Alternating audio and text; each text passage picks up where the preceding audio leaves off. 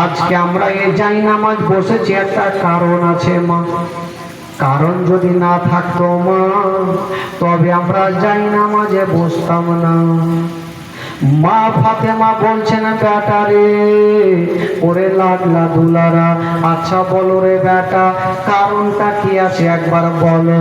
মা গো, এই ঘটনা যখন বইয়ে পড়েছিলাম মা, চোখের পানি ধরে রাখতে পারিনি মা, ঝরঝর করে কেঁদেছিলাম। শুনেন মা গো, ঘটনা ইমান তাজা হয়ে যাবে। দোনো ছেলেকে মা জিজ্ঞাসা করছেন বেটা রে, আচ্ছা বলো বেটা, কেন তোমরা যাই নামাজে বসেছ রে বেটা? বড় ছেলে বলছেন মা গো, ও গো জানো মা,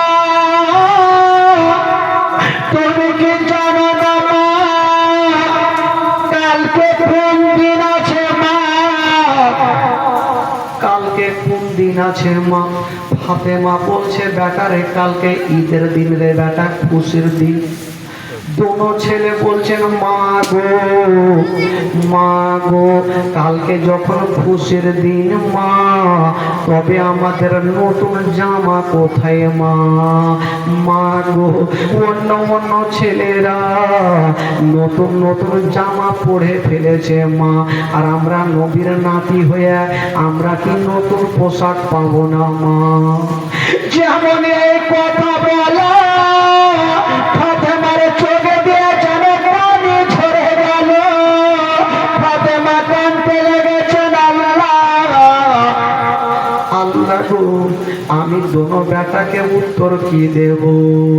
ফাতেমা বলছেন বেটা রে, তোমরা চিন্তা করো না, কালকে ঈদের নামাজের আগে আগে তোমাদের দুটা নতুন জামা তৈরি হয়ে যাবে রে বেটা, চিন্তা করো না।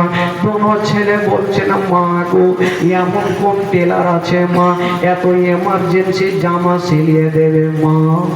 মা গো, ওই যে দেখো মা, অন্য অন্য ছোট ছোট ছেলেরা নতুন নতুন জামা পরে মা কত খেলাধুলা করছে মা, আর আমরা নবীর নাতি হইয়া আমরা কি নতুন পোশাক পাবো না? যেমন এই কথা বলা ফাতেমার চোখে দিয়ে পানি থামলো না। ফাতেমা ঝরঝর করে কাঁদতে লাগলো, বলছে ওরে লাগলা দুলারা, ওরে কলেজার তারা, ওরে নয়নের তারা, তোমরা চিন্তা করো না বেটা, আমি কথা দিলাম বেটা, কালকে ঈদের নামাজের আগে আগে তোমাদের দুটা নতুন জামা দিয়ে দেবো বেটা।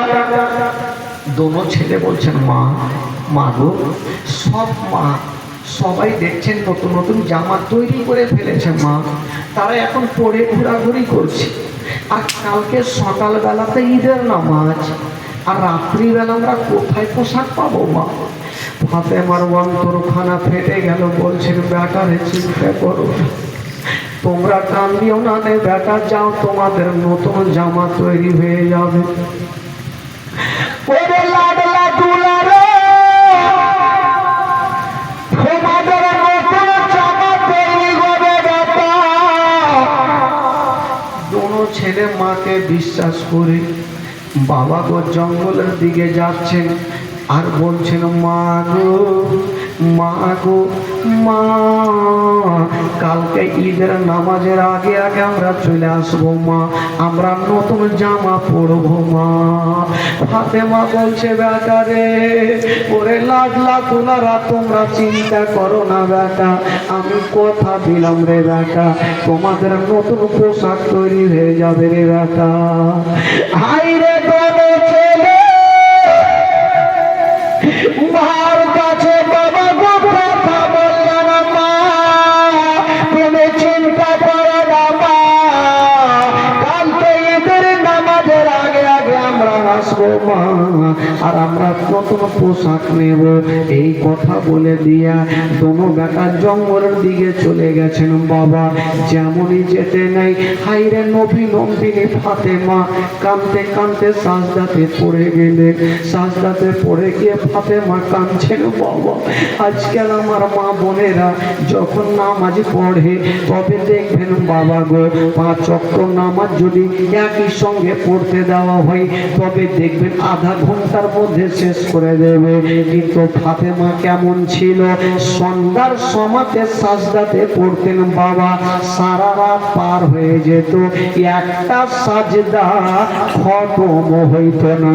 সুবহানাল্লাহ সুবহানাল্লাহ সুবহানাল্লাহ। ফাতেমা সন্ধ্যার সমাতে সাজদাতে পড়তেন, সারা রাত পার হয়ে যেত, একটা সাজদা খতম হইতো না।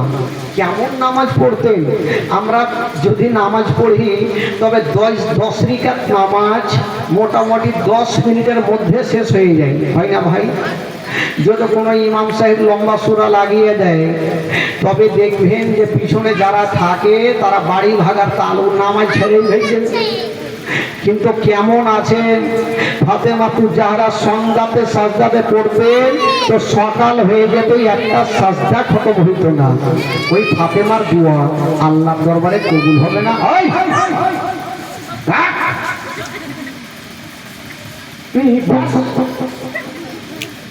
আইসক্রিম দিয়ে পড়ছিস তোরা তো ফাতেমা যাহারা দোয়া আল্লাহ দরবারে কবুল হবে না বাবা গো, কারেন্টের মতন কবুল হয়েছিল বাবা গো। যখন কবুল হইল, কি করে কবুল হয়েছিল মারাত্মক ঘটনা, চোখের পানি ফেলতে হবে। চলুন তো ভাই একটু মদিনা থেকে ঘুরে আসি। যে কটা ভাই আছেন একটু আমার সাথে সাথে গোটা মাজমা পড়ুন তো ভাই। আর যারা ওই যে মাটির উপরে বৈশা আছে তারাকে বলবো রে ভাই রে, ওইখানে না থেকে হয় তোমরা মেলা যাও, আর না হলে এখানে আসো। আমি জানি হ্যাঁকড়া জীবনে সোজা হইবে না, হ্যাঁকড়া তো হ্যাঁকড়াই থাকবে। হ্যাঁ ভলেন্টিয়ার আছে তো কি হলো, ওরা কিন্তু এখানে আসতে হবে। আরে ভাই ভলেন্টিয়ার আই তো। সুবহানাল্লাহ মাশাআল্লাহ। আমার সাথে একটু মদিনা চলুন, একটু আমার সাথে পড়ুন তো। আমার ভালো লাগে না আমি যাব মদিনা, আমার ভালো লাগে না